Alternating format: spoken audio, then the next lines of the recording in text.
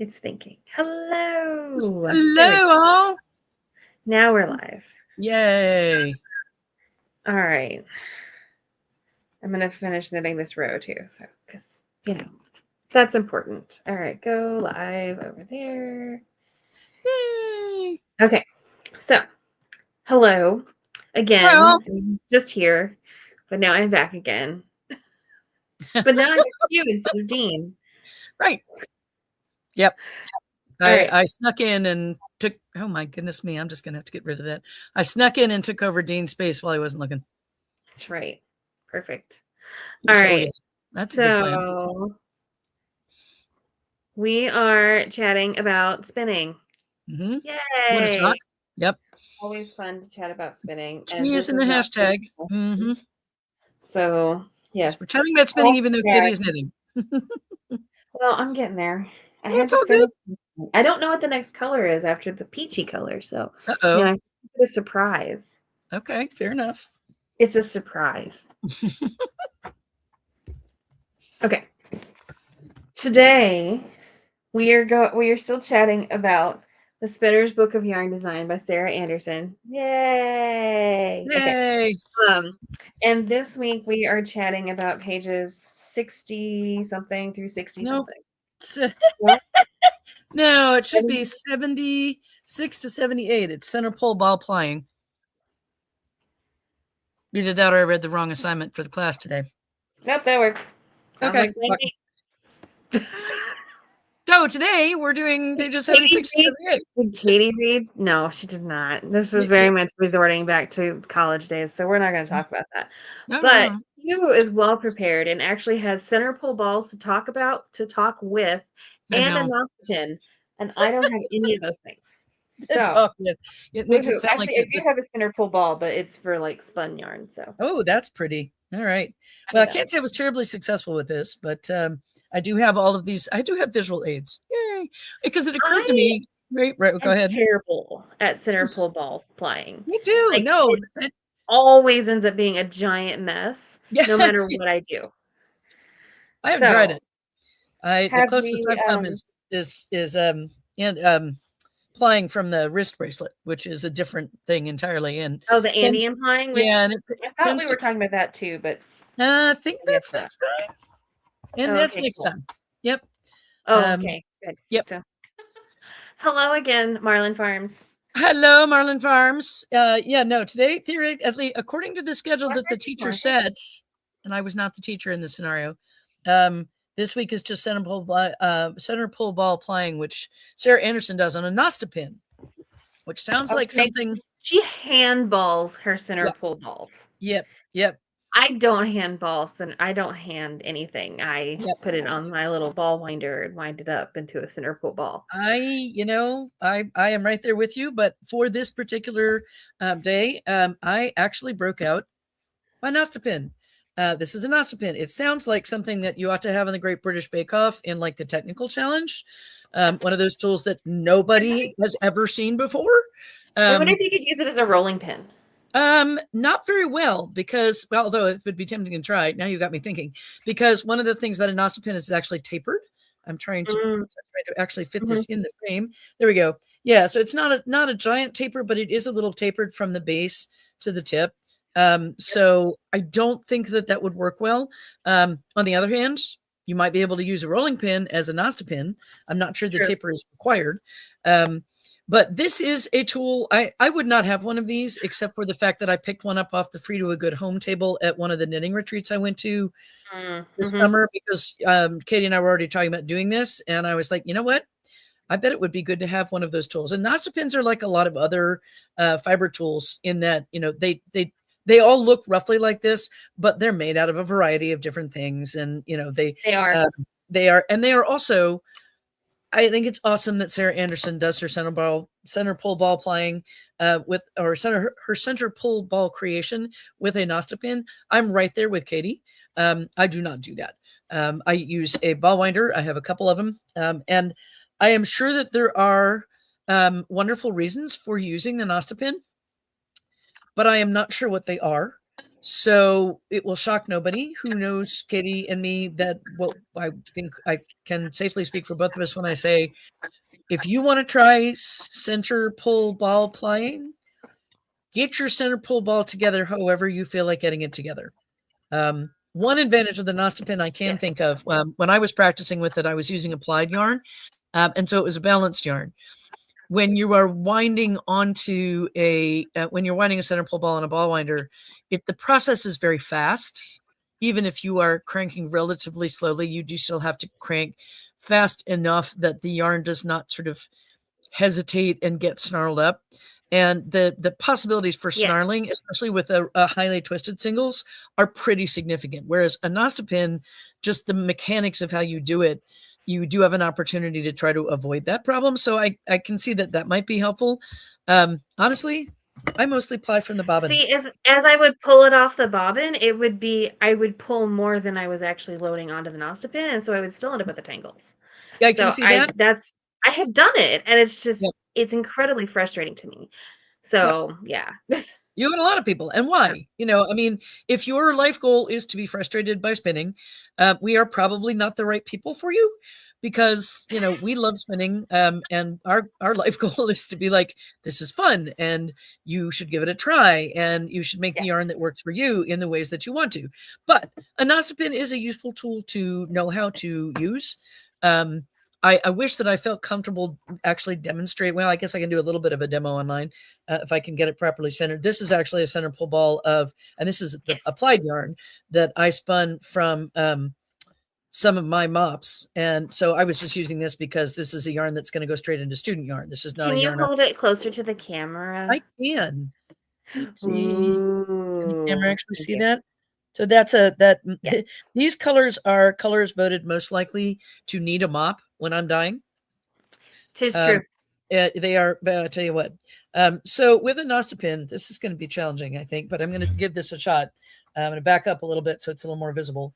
The way a Nostipin works is that you use this as basically as the core. If you're familiar with a ball winder, ball winders all have a sort of a solid a plastic core, center cylinder plastic core with a notch in it where you put the end of the yarn, and then you tension it somehow and you wind it.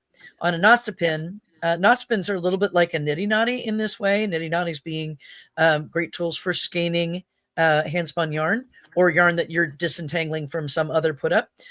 In that you're going to just basically, the way I found it had to work was Sarah Anderson talks about there being a notch. Yeah, that resolution on my camera is not very good, but you can see this thing in the middle here.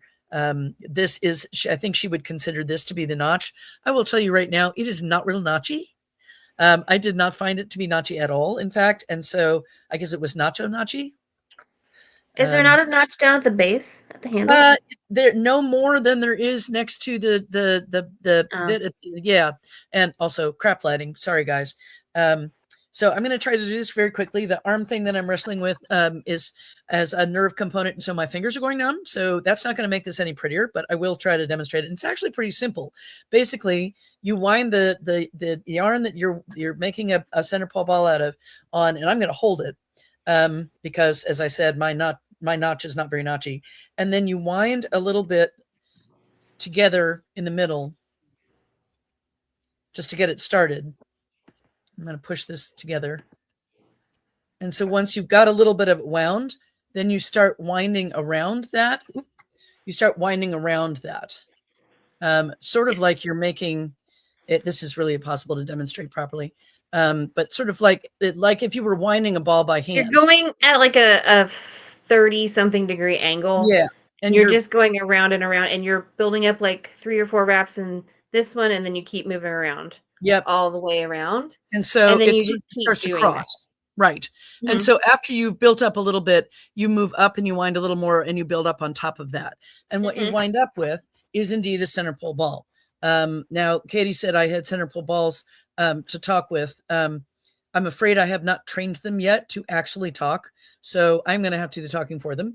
And what this center pull ball says is, I am a functional center pull ball made on a Nostipin that is not exactly a thing of beauty and a joy forever, but it's functional. Because what happens when you pull this part off, once you get done winding all of it off, when you pull it off, the bit that you wound around the bottom, the end, becomes the center of the ball. Just like if you have used a ball winder, the piece that is wedged into the notch on the ball winder becomes the center pull end on a center pull ball that is done on a ball winder. So an Nostopin is very portable. It does not have to be clamped to anything the way a ball winder really does in order to function. A good ball winder, you can get a sort of semi-functional ball winder for 25 or 30 bucks. The better ones, the ones that are really heavy enough to be super functional, are much more expensive than that.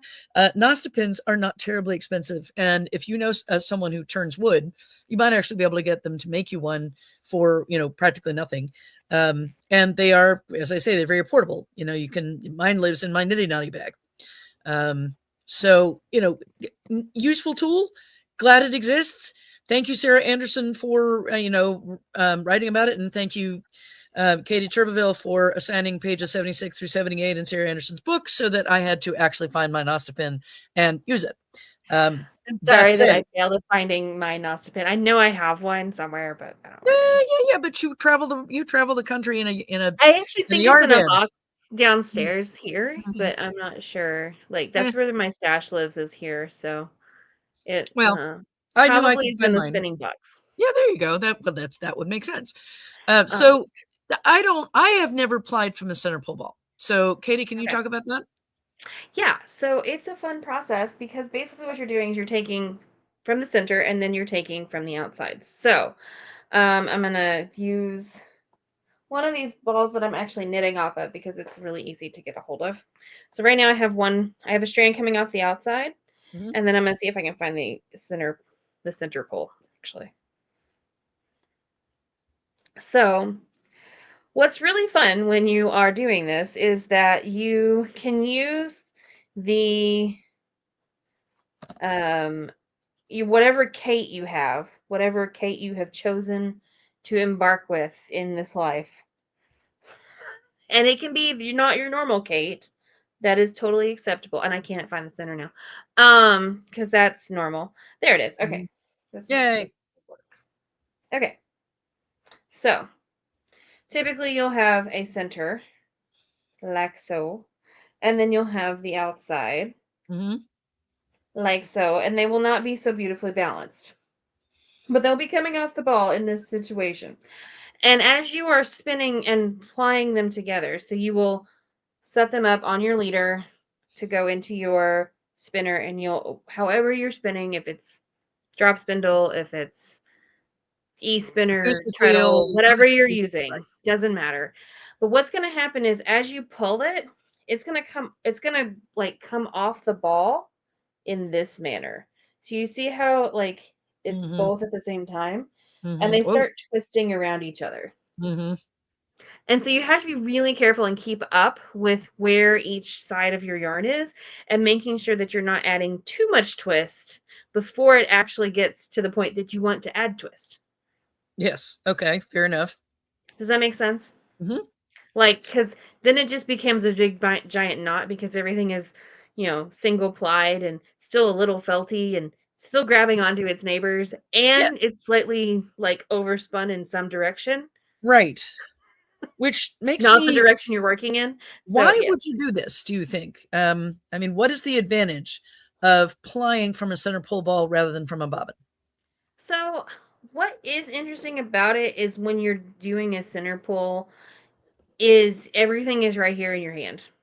I can hold this here as I'm doing I can ply, and I can hold the tension coming off the ball as long as I can keep all of my ends in the right spots. Does that make sense? So if I hold my ply here, I can spin out of that this way. I can ply this way. Okay. And I can control where all the twisties are. But I have to make sure that whatever's coming off of the ball in my hand is being controlled. Okay. It takes a lot of practice and you go slow. Okay. As with so many things. Right. And it's not it is not something that I would recommend just being like, oh, I'm just gonna sit here and I'm gonna go my normal high speed and ply and just go at it. No, don't do that. Yep. Like, that's not it. When I you don't know ply what it is, but that's not it. when you ply from a center Um pull ball, do you do Sarah Anderson? One of the things I found interesting in this was that when she's talking about doing center pull ball plying, man, that's hard to Mhm. say. And she actually keeps a finger inside the Yes, ball, and then do you I do that do. when okay, Yeah. interesting. I keep something in the inside, whether it's a wrapper core or I will if I use my Lazy Kate, I'll Hmm. use the yarn spike and put that inside Oh and yeah. I'll pull from there. Okay. And that usually does help me, like if I don't want to hold on to it or my Hmm. hand gets tired, which is usually the problem I end up with Andy implying whenever I use the bracelet thing, Yep. is my hand ends up cramping and I'm sad by the time I get done.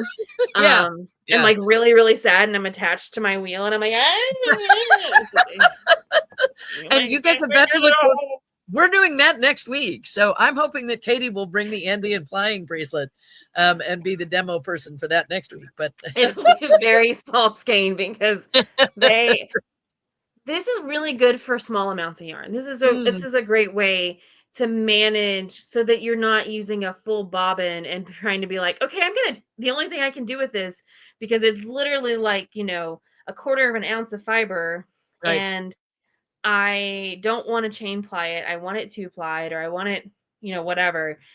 This isn't the way I want to do it. Yep. So, If you're yeah, I think a that spinner who samples, then that could be a useful thing. yes. Okay. So like That makes sense. the little quarter ounce bundles that I'm doing for the Advent, like Yep. that's I think though that these will make nice little balls by themselves, so I'm not too Yep. worried about. Okay. Like I probably won't ball them either. I also won't Andy and play them. I will leave them on the bobbin and chain ply, or I will spin them together. So Andy and Um, plying is like center pull ball plying in that yes, you are one working from singles working yeah, from yeah. Okay. two ends. Right. Center pull is nice because sometimes you can do that with do you remember that Halloween skein that I Yeah. did? The Yep. bat? Okay, Yep. so for that one I did a center pull ball. Oh, okay. And I did that because I wanted my colors to match. Because Yeah. I made this bat specifically so it like traveled, it was a mirror image. Yep. And so as I spun the singles from the bat, maintained all my colors together, but I maintained those separate strips in that mirror at the full Mhm. mirror. Okay. So when I went to ply it, I did end to end plying. So basically I took one end and I did the other end and I did a center pull ball. I wound Okay. it on a ball winder. I didn't use a Yep. Nostra pin. I wound it on a ball winder and that's when I spun it like that. Uh-huh. Okay. And you Huh. saw that skein. It's beautiful. It turned It out is beautiful. fabulous. And Yep. but there are videos of me like doing it and I will be happy to share those. Oh, yes. But you can like see my frustration where I'm like everything is like caught on itself and I'm like picking it apart and trying not to like completely collapse into the wheel and it's a Yep. whole thing. Yeah. I honestly These are get this. all like 120 time like videos because I've literally spent like an hour and a half like plying this with you Ah. know two less than 2 ounces. I think it's like 1.6 ounces or something like that. So So one yeah. advantage of this form of plying is that you can do it with a small amount, and it's actually a good Mhm. way to handle a small amount of singles. Another one, what I'm hearing you say is another one is you can plan for a yarn that when you ply it this way retains a particular color order, Yes. which will be disrupted or rendered not possible if you are plying in a different way. Yes. So Okay. the maintaining the color order gave me the opportunities to make those color changes a lot smoother. Okay. And it gave me that a really nice gradient in the finished skein. Okay. So definitely an option. It's called end to end. If you're putting it in Ravelry, if you're putting your hand spun in Ravelry, one of the options is end to end plying. Ah. And so that was one of the things that I like looked up. Like so before I got the book, I went through all of the stuff on Ravelry, like all the Yep. options for when you finish a skein Yep. on your handspun, and I was like, "Oh, what's that? Oh, what's that?" And so I would go look them up on YouTube. Love it. And so, Love like, it. Andy plying or chain plying or center pull ball plying, those were all options. So, because Right. they all give you a different amount of twist too. And Okay. like how much you can actually control. Mm-hmm. You know what I mean? Like yeah, because you don't want a super overspun yarn for Right. doing the center pull ball. And Right. one of the things you do want to keep in mind is which direction you are twisting your center pull ball as the Oh. direction that you have spun the yarn. Oh, okay. Okay. That's interesting. Have Hadn't you thought about ever that. wound a ball of yarn and went the wrong way and then it kind of like came loose, like the twist like came loose as you Mhm. were winding it? Okay. Have you ever had that happen to I you? had that experience, no. But I remember most of my hand spun because I spin primarily for But not experience even and, hand spun, just oh, like regular yarn. skeins into the Ah, onto the ball winder. maybe, and I didn't notice. I'll have to pay more attention. Huh. Yeah, so they're the ball winder, like the Swift and the ball winder, Yep. they add a certain amount of twist. And Yep. so you have to be aware of, hey, if I go this direction, I'm adding more twist into my yarn. Am I adding twist or am I taking away twist? Ah, And okay. so based on what your spin is, Yep. it's something to consider. The Okay. Nostipin, you're still doing that twist thing. So she talked about that way back in the very beginning. Do you Yep. remember when she talked about doing wraps per inch Yeah. and being very careful not to do Yeah. this number, Yeah. but Yeah. actually like, yeah. So whenever we twist our yarn onto the Nostipin, we add twist. Okay. I'll buy that. So think about how you do that Yep. and that you're adding twist into that yarn. So, keeping that in mind, it's just something to play with at some point. Take Yep. something you're not attached to, and I know that's really hard because I'm like attached to everything at this point. Right. I'm like, no, I did time on this. I must I have finish this a little plans. way. Plans. I have plans. Um, so but if you look at it, you can tell that there are different ways that you can definitely add or subtract twist using the tools that we have, within the Nostipin, the center pull, ball winder, whatever tool it is that you're the Andy implying, you're adding tension in some way. Hmm. So just keeping that in mind. Yeah, that is not something I had thought about. So advantages to center pull ball plying. It is compact. It Mhm. can be done well, and is in fact a really good thing to do with a small amount of singles. Whether you're sampling, if you're a spinner who samples, or if you're just maybe you're spinning up an advent calendar that's a small amount of fiber, and you want each one of those advent calendar gifties to be its own yarn. It is useful to create particular effects in your finished yarn to get that kind of end-to-end look. And then I think you also mentioned that my favorite way to ply is chain plying, and I like chain plying because I like, once I've spun something, I don't want to. I tend to feel like I want to keep the singles looking more like it does in the singles version than it often does when it's plied. But Mhm. if you chain ply, you wind up with a thicker yarn because chain ply is essentially a 3-ply, whereas Yeah. center pull ball plying and Indian plying will both get you a 2-ply. So your singles will go farther and the resulting yarn will be less heavy. So those are all advantages of working with the center pull ball. So are there others that I have missed?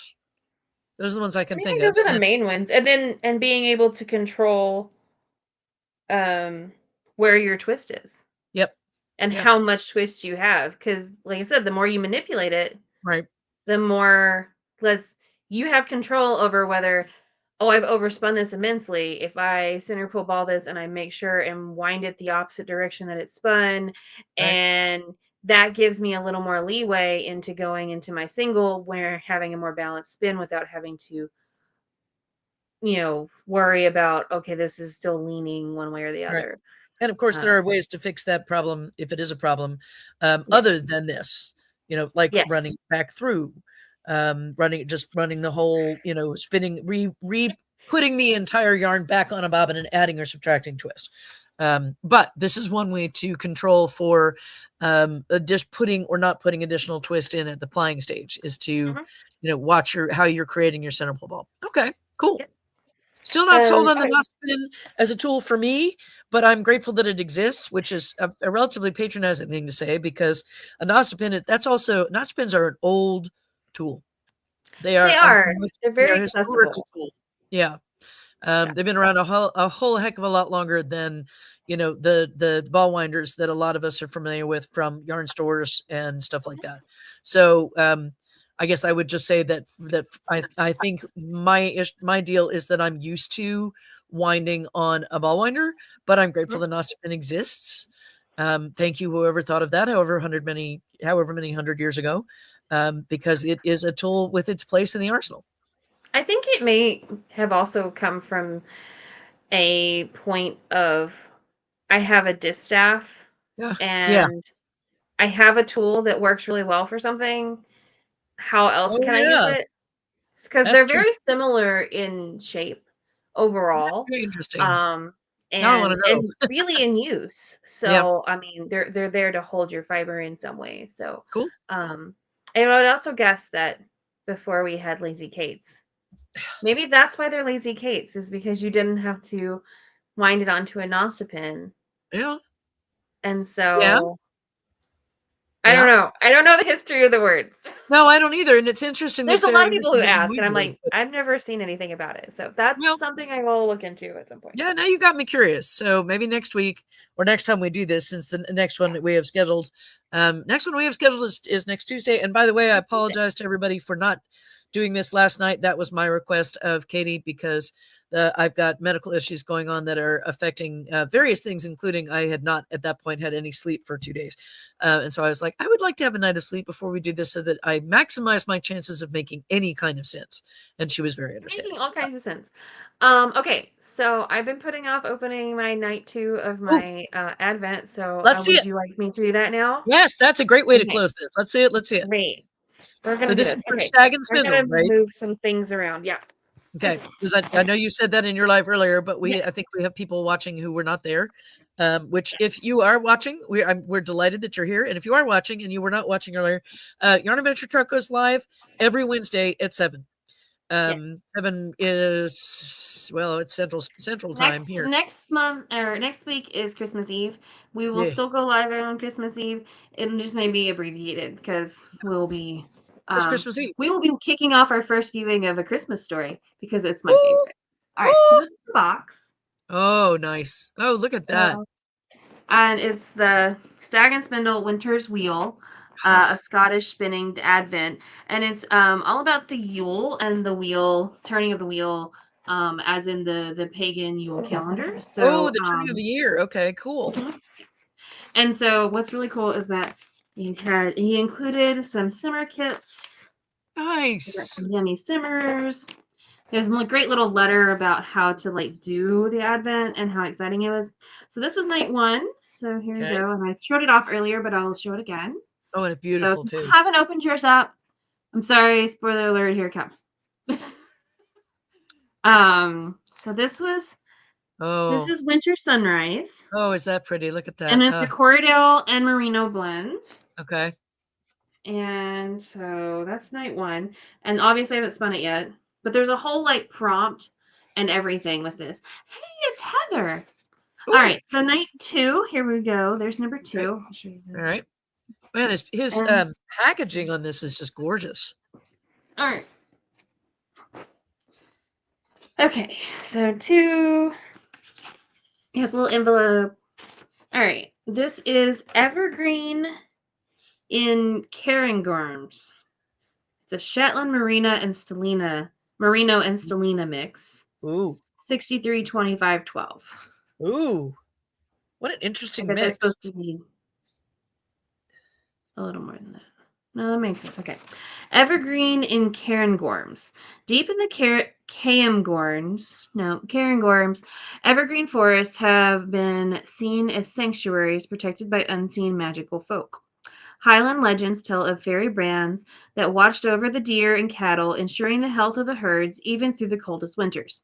Their music was said to float on the wind, enchanting those who wandered beneath the frost-laced branches. Evergreens, especially Scotch pine and juniper, are prized for their strength. Vows are carried into homes for winter festivals, and the belief that the sprigs can keep away evil spirits and bring healing.